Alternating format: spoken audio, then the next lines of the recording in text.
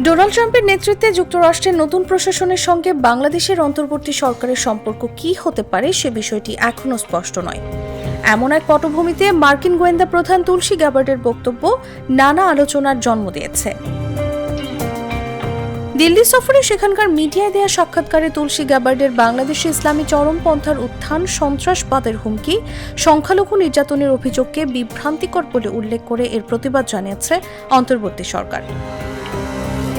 প্রশ্ন উঠছে, মার্কিন ন্যাশনাল ইন্টেলিজেন্সের প্রধানের এমন বক্তব্য দুই দেশের সম্পর্কে কোনো প্রভাব ফেলতে পারে নাকি এটি আন্তর্জাতিক রাজনীতির একটি অংশ?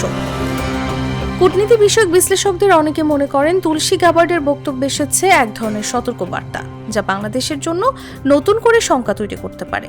যদিও যুক্তরাষ্ট্রের সঙ্গে বাংলাদেশের দ্বিপাক্ষিক সম্পর্কের কোনো পরিবর্তন দৃশ্যমান নয়। তবে যুক্তরাষ্ট্রের নতুন প্রশাসনের নীতি এখনও স্পষ্ট না হওয়ায় অন্তর্বর্তী সরকারের সঙ্গে সম্পর্কের বিষয়ে এক ধরনের অনিশ্চয়তা আছে বলে মনে করছেন বিশ্লেষকরা। বিশ্লেষকদের মতে এমন প্রেক্ষাপটে বাংলাদেশকে প্রমাণ করতে হবে তারা গণতন্ত্রের পথে হাঁটছে। দীর্ঘ সময় নির্বাচন না হলে বাংলাদেশকে অনির্বাচিত সরকারের দেশের তালিকায় অন্তর্ভুক্ত করার ঝুঁকি থাকছে। এ বিষয়ে সাবেক কূটনীতিক হুমায়ুন কবির সংবাদ মাধ্যম বিবিসি বাংলাকে বলেন, যুক্তরাষ্ট্রের গোয়েন্দা প্রধানের বক্তব্যকে অন্য কোনোভাবে ব্যাখ্যা না করে বাংলাদেশকে একটি গণতান্ত্রিক দেশ হিসেবে প্রমাণ করতে হবে। সেই সাবধান বার্তা এসেছে বলেই তার ধারণা। কতটা গুরুত্বপূর্ণ বহন করে তুলসীর বক্তব্য? মার্কিন সরকারের গুরুত্বপূর্ণ জাতীয় নিরাপত্তা প্রধানের পদে আছেন তুলসী গ্যাবার্ড। জাতীয় গোয়েন্দা পরিচালকের এই পদ সৃষ্টি করা হয় 2001 সালের 11 সেপ্টেম্বর টুইন টাওয়ারে হামলার ঘটনার পর। এই পরিচালকের যুক্তরাষ্ট্রের নিরাপত্তা সম্পর্কিত গোপন সব নথি পাওয়ার অধিকার আছে। একই সঙ্গে তিনি মার্কিন প্রেসিডেন্টের প্রধান গোয়েন্দা পরামর্শক হিসেবেও কাজ করবেন। গত নভেম্বরে ডোনাল্ড ট্রাম্প প্রেসিডেন্ট নির্বাচিত হওয়ার পর জাতীয় গোয়েন্দা প্রধান হিসেবে তুলসী গ্যাবার্ডের নাম ঘোষণা করেন। সে সময় এই মনোনয়ন নিয়ে নানা সমালোচনা তৈরি হয়েছিল।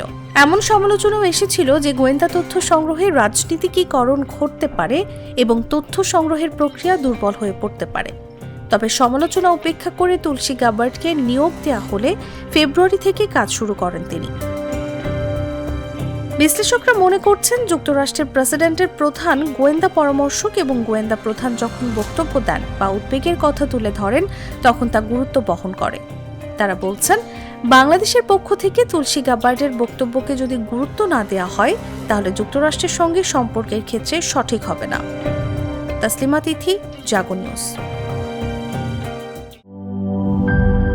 লিলি হালাল বিউটি সোপ, বিএসটিআই কর্তৃক সনদপ্রাপ্ত দেশের প্রথম হালাল বিউটি সোপ, দীপ্তিময় উজ্জ্বল ত্বকের জন্য।